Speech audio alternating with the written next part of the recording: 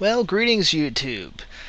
Once again, another TV review, but this time we're going back to The Walking Dead. Uh, with our mid-season review, I kind of hate how they do this. I'm trying to think why. I know there's a reason technically why they do it, but I really wish they just kind of went straight through the entire series and not have these 2-month gaps.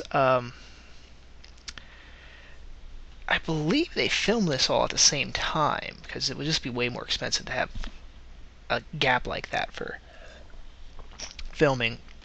Nah. And I am perplexed why they do this. It seems like they do with every series. I'm not sure if it's with the editing process they need a space, or if it's just so they can spread it out and they make more money that way. I really don't understand it. I think it's the latter. By having that month in, all of a sudden you jack the ratings back up for the mid-season where they would normally dip. I could be wrong though, and I digress because I'm here to review on this podcast the first half of season 2. Now we had the whole big deal with Sophia initially escaping. We covered all that in the first episode, and really, as a central plot, this is something I was not expecting to become the central plot for the first half of the season. Was finding Sophia and coming across this barn. I really thought this would have been, or not barn, farm. I really thought this would have been something that would have been resolved in a couple episodes. They would have kept on moving on, but I was surprised. I know this particular subplot is inspired by the comic, not necessarily it follows exactly, and I have a feeling we're going to be deviating even further as we go along. But let's get to straight at the heart of the matter. Instead of kind of dilly-dallying around the main subject, really getting into this final episode here. Well, not final episode, but the last episode of this half of the season. As much sense as that makes. With the whole Sophia plot and how it was resolved. And I gotta say, this shows why the zombie genre really works well as a series. Because when people turn, you feel it more. Unlike a character, even in a movie, if it's somebody that turns at the very end of the film, you've only had 2 hours experience, maybe hour and a half experience with this person. You haven't had, in this case, 10 plus hours worth of following these characters around. That has so much more. And not only that, when you watch a movie, you watch it for the first time, you literally only the first time you introduce that character at the time they die has only been, a half hour, 40 minutes. Again, if it's at the end of the film, maybe 2 hours if it's a longer film. Not you watched for an hour and then you waited a week to see the next segment, and you waited a week to see the next segment. It builds much more attachment, even though it's only 10 hours of film time. It represents months, and in this case, over a year's worth of attachment to a character that you're continuing to watch, which makes it much more gut-wrenching when they die. And yes, there's spoiler alerts here, so ladies and gentlemen, beware in case you haven't figured it out yet. I don't know why you're watching a review of a show that, as I'm recording, the encore is going on. So you should have seen it. But the fact that they have... Alright, we finally get resolved with the walkers. They've been staying on the barn of Herschel's barn. They eventually discover that Herschel is one of those types that seems to be in always every zombie genre, that they don't want to accept the fact that the zombies are the living dead, that they can be cured somehow, that they shouldn't be killed, that they should just be put into some place and kept, maybe they'll miraculously be cured. So they discover, even though this farm, which seems so idyllic, seems like it hasn't been touched, has in fact been hiding a secret. And that is they've had like over a dozen zombies, or in this case walkers, in the barn. And first we have the whole thing with Glenn finding out, him keeping it a secret, revealing it to, eventually now revealing it to everyone else, and having this revolved. And this actually does come together also with another intersecting and developing subplot, which is Shane kind of going batshit insane. And he is. He's going, though, the type of super utilitarianism philosophy, where it's all math. And in reality, in my opinion, He's not making the hard decisions like Rick is. He's saying he's going to make the hard decisions. He's not by trying to, just pretend they're math. He's alleviating himself mentally from them. He's not making the hard decisions. He's not actually making a hard decision per se. He's just found something that'll alleviate him morally, in his opinion. By quantifying it, which is all what utilitarian philosophy is. Quantify it, add it up. Does it do more good than harm? If so, you do it. And with strict utilitarian philosophy, you can justify the Holocaust. And in case you're gonna, how could you do that? The medical research done by the Holocaust over the past couple decades probably has saved more than 12 million lives. Therefore, you could justify the Holocaust as bad. I'm not saying that. I am not, of course, supporting that. I'm just saying this is kind of why utilitarian philosophy taken to its extreme is actually extremely immoral, because you can justify almost anything with utilitarian philosophy. Perfect example right there. You give the timeline example. Kill 12 million people. In 60 years, we'll save 13 million. Therefore, it's justified. That's the type of philosophy, really, that Shane is adapting. And it's very interesting. It's kind of devolving of his character, becoming very sociopathic and narcissistic. Especially since he is not making those rational decisions, even for the group sake. It's really, if you listen to what he says, it's always about him. As he slowly kind of comes to this, it's about his survival, really. Not the group's survival, not social survival. Which is something that really is Rick's doing. Rick's decisions are really about social survival. We have to live with other people. We're going to have to compromise. We're not going to be able to just do whatever we immediately want to have done. Which is why he negotiates with Herschel. Kind of wins over Herschel a bit to accepting them in. Even though Herschel himself is rather, as we kind of have found out, he's kind of at first being this rather wise, somewhat seemed worldly. Turns out he's really not. He's a very purely book-learned gentleman. I mean, he's clearly had some life experiences, but we kind of see with him, he really hasn't experienced the zombies, the walkers, which is kind of probably why he feels more accepting of treating them as people. He says first that he saw it on the news, and Rick relates to him, the news went out a while ago, and it got worse since then. And then we find out, really, if you look in between the lines, he himself never really handled the walkers. It was Otis, which we'll get into. That ties back to the whole Otis thing with Shane, which I will get into that in a second, because I want to say something about Otis's death. But it's very interesting as for his character is if you really read between the lines there, he doesn't deal with the walkers at all. He's a guy that wants to just hide from the problems. You can kind of get that since it's revealed he had an abusive father. Really didn't deal with his abusive father. You kind of get through his character that he's the type of guy that just kind of shuns and forgets about it and pretends it's not a problem. And maybe only afterwards will talk wisely about it. But in many ways, he is a moral character. He's just a very well-spoken moral coward, not moral character. But alas, we'll get into what this ended in the fucking zombie massacre, and I mean that literally as in the zombies were massacred, and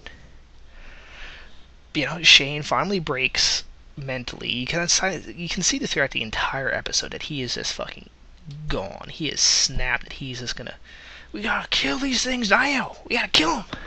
They are a threat to us. Alright, this may be a little too southern for him. He's got a nice little moderation with his southern accent there. He's got a little bit enough of it to make it sound southern, but yeah, we're getting into vocals there. But he gets this. He kind of finds everyone who will go with him. He gets, let me see if I recall correctly. He gets Andrea, who quickly joins him. She's kind of the one that is kind of becoming his protege. He gets Daryl, but you can kind of see Daryl's a little reserved about it. He's going to kill the zombies because they're coming out. He's very rationalistic, but he still has that moral, which we've seen a huge transformation for his character too, which I could get into. And we see T-Dog, who really has been sitting in the background a lot. T-Dog has not done a whole lot, which it's making me feel like he's going to be zombie bait later on. He's really just been sitting in the background. I mean, at first we had that little element when he was getting sick. he was kind of going off, I'm the only black guy, I'm the weak guy then, all that stuff. But ever since then, he's just kind of sat in the background. So it's hard to tell what exactly they're doing with him. Glenn, who's most reserved about it, he only kills in order to protect, what's her name? Maggie. That's the only reason he really goes and participates in this whole endeavor. When Shanus goes up and fucking releases the zombies from the barn after confronting the fact that Rick has kind of decided to conform to Herschel since it's his land. That, well, that they're gonna he will help cage the zombies as kind of the peace offering that would secure them. Like, see, we can help. And it kind of really had resolved that entire plot. But for Shane, was the ultimate breaking point to see that he has done the ultimate irrational thing in his opinion. And it's ironic. He becomes rather irrational for the situation because he thinks someone else is being irrational. It's amazing when you really break down philosophically why he's going insane. He goes insane because of irrationality.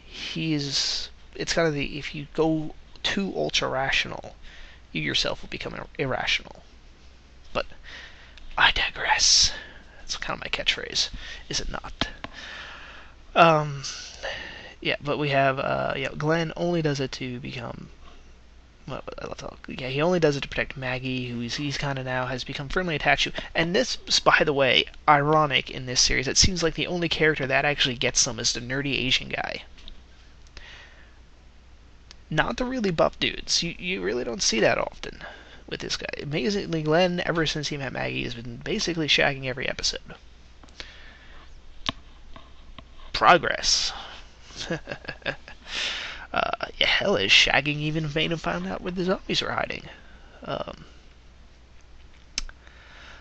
Dale was completely non-present. It was surprised. I would have expected Dale to have caught up at some point to this whole thing. I mean, he confronted Shane before. You thought, actually, for a second, I thought he was going to shoot Shane. Now, I know from the comics, Shane dies, and I thought that was going to be the scene where Shane gets killed. But they had said outright that they were going to deviate from the comics, and because when you start deviating, the more stuff changes. And probably one of the reasons they haven't killed him is because, well, John Bernthal is fucking amazing as Shane. As an actor, you want him on the fucking series. His character portrayal is amazing. So, of course, the writers are a little hesitant to get rid of him. They might wind up killing him next second half of the season. I could easily see that still happening. Yeah. Anyway, we've been for 13 minutes now, kind of deviating, and I said I would almost immediately get into the Sophia thing. Okay. So, they get out, they kill all the zombies, even though kind of Herschel does kind of hint how he knows every single one of them. One's his wife, one's his stepson. Others are neighbors and such he's found wandering around.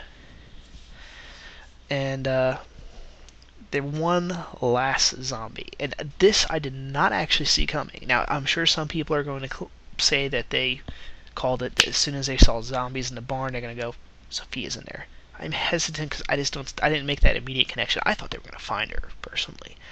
I thought it was going to be like one of those things where they just give up and all of a sudden she finds the farm on her own. Or I thought they would be even more mysterious and just never find her at all. It's a complete mystery. The way the show goes, that's really what I was really the most expecting. I was expecting them to go, just give up looking for Sophia, and we never get resolved on that. Where you never know, is she still out there? Did she get killed? Did she get picked up by another group of survivors? But you hear one last zombie. They kind of come out, and as the zombies come out, there's a firing line. As I described, who kind of goes with Shane for various reasons. They shoot the last of the zombies dead, and then you see one last zombie. You hear that it's a child. And then as soon as I saw the feet came out, or that there was a child zombie, I was like, oh crap. it's Sophia. And then the camera pans up, and yes, it is Sophia. At first, I thought when they were showing the zombie, when you heard the zombie sounds, I thought Shane was gonna kind of go off on some speech, and in his being so irrational and doing all that, would have ignored the zombie sound, and somebody would have came out and bit him, and then ultimately he was gonna be put in a situation, okay, Mr. Ultra Rational for survival, what the fuck are you gonna do now? Are you gonna shoot yourself? Are you gonna force the rest of the group to shoot you? That's what I thought they were gonna go for, which would have been great, because the setup was perfect. Mr. Ultra Rational about survival is now put in a situation where he's gonna have to kind of eat his own words. But no, they come out and it's Sophia. And here's the really interesting thing they did, if you paid attention, especially if you listened through the last 16 minutes. Shane doesn't shoot as much as he went in about how the morals and all that, about his newfound philosophy of this world. When it came down to somebody that he actually really knew, he couldn't pull the trigger. He stood there in shock like everybody else. And the question they asked at the beginning of the series, or at the beginning of this season, was, he asked Rick, because he questions whether Rick can really survive in this world. He goes to Rick, what if you find her and she's turned? And Rick said he'll do what he has to do. Well, lo and behold, here we are, Mr. Rational, if it's a threat, we kill it. He doesn't pull the trigger. You see Dale, you understand. You've seen throughout this entire half season, he has done everything he can to find this girl. This girl has really, his hunt for this girl was his character redemption. And that's been destroyed from him. You see everyone else is just shocked. You see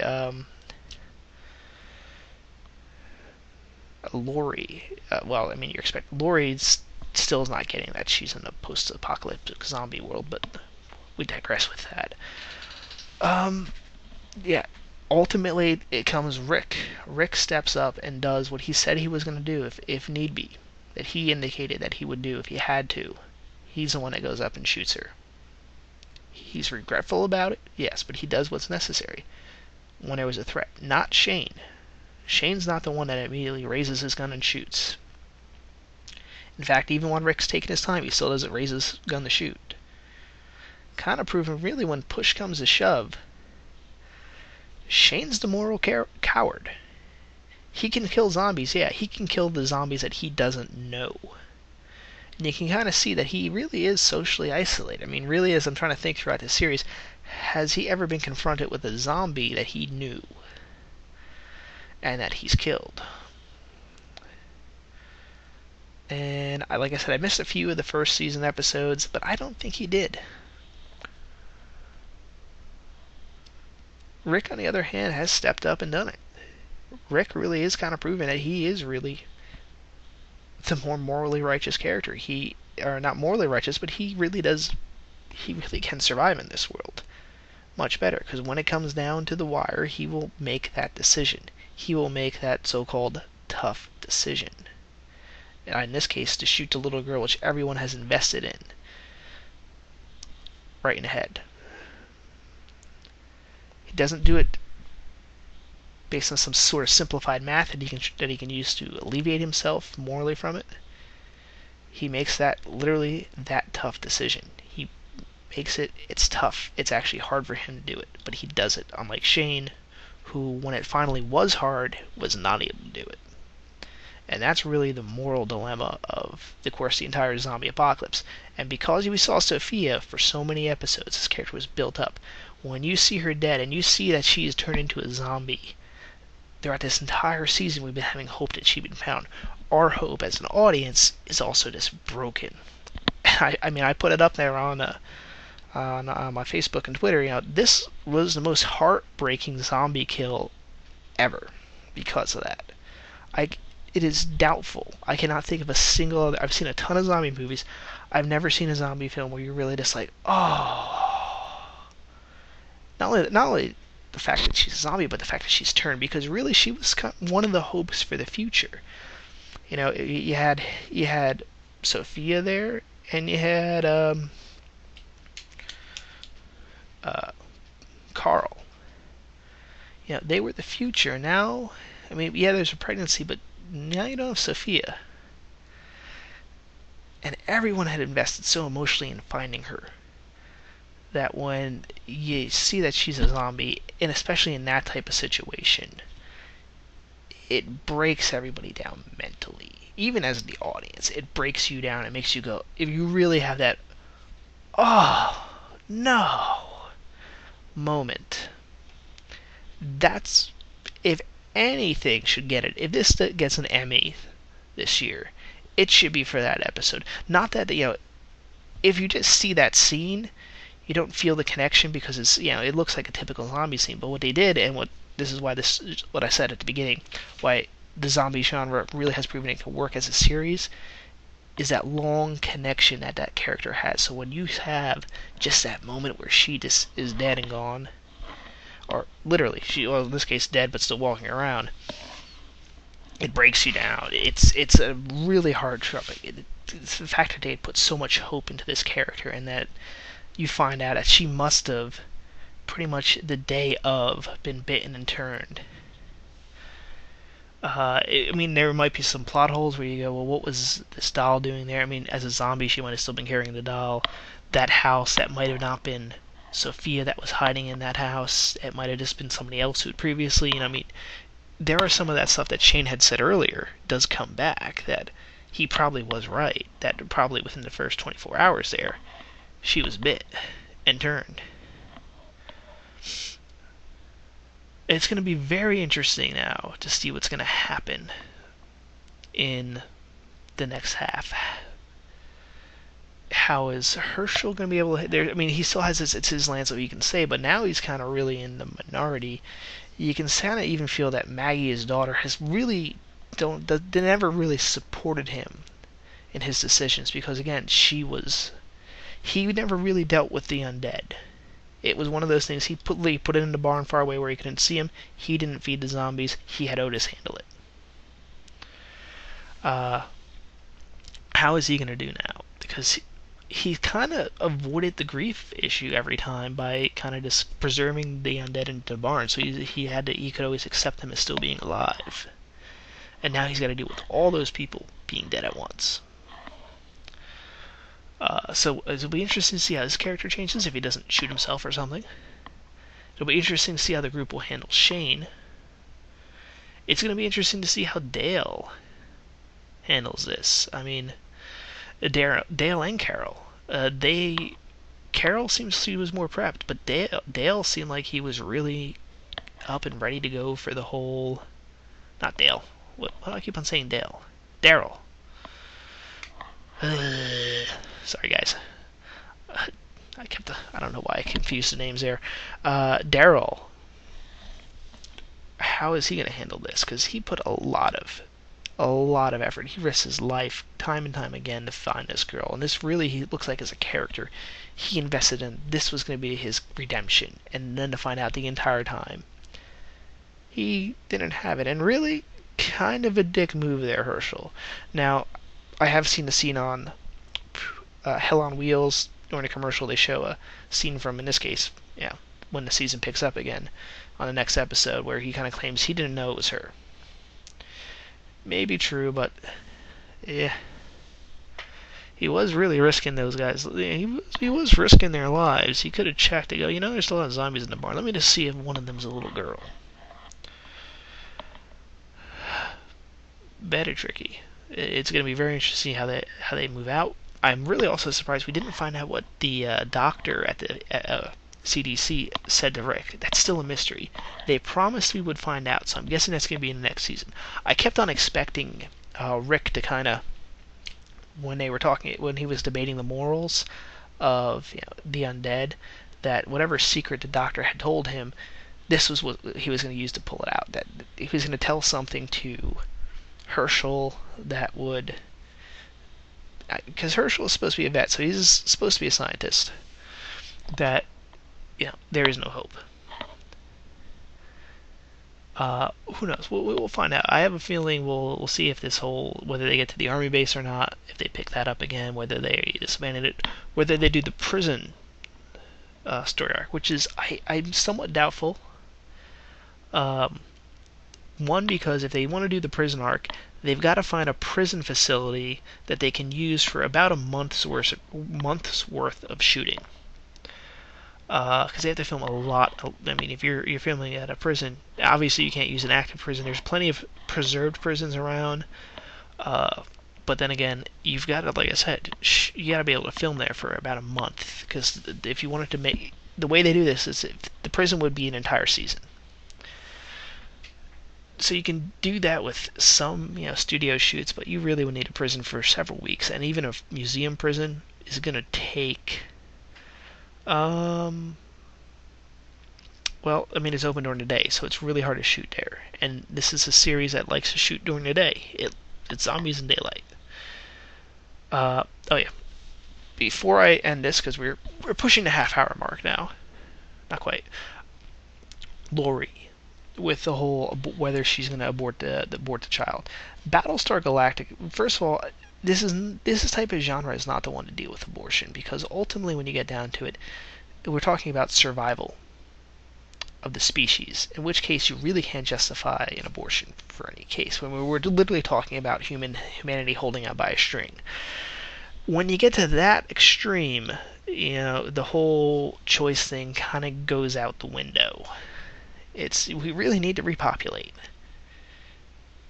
And I think Battlestar Galactica handled this issue way better in just going, they had their abortion issue where they kind of really looked at, but they at least took the mature route by going, regardless of choice, we're in a survival of the species situation here. Some rights that we normally would enjoy have to be suspended. That was the case here. I mean, it's pure rationality. And they handled it very well, and they never brought up any of those arguments in this series, and I wish they did, because the entire time you're hearing this debate, you want to have Rick go, one Lori keeps on complaining about, oh, it's so horrible now. We want to go, Rick, you want Rick to kind of go, what are you We've lived an overly privileged life. Even before the fall, there was wars and genocide. People were living in Iraq and Afghanistan and in Somalia, and they were surviving. And generations before you, people were living in the dark ages where there was no hope, where they didn't even have a past precedent that they know survival can be good. And what is this? How long? He could, the other thing he could say, how long can these zombies last? They're infected, yeah, but they're rotting. One day the zombies aren't going to be around. The walkers aren't going to be there.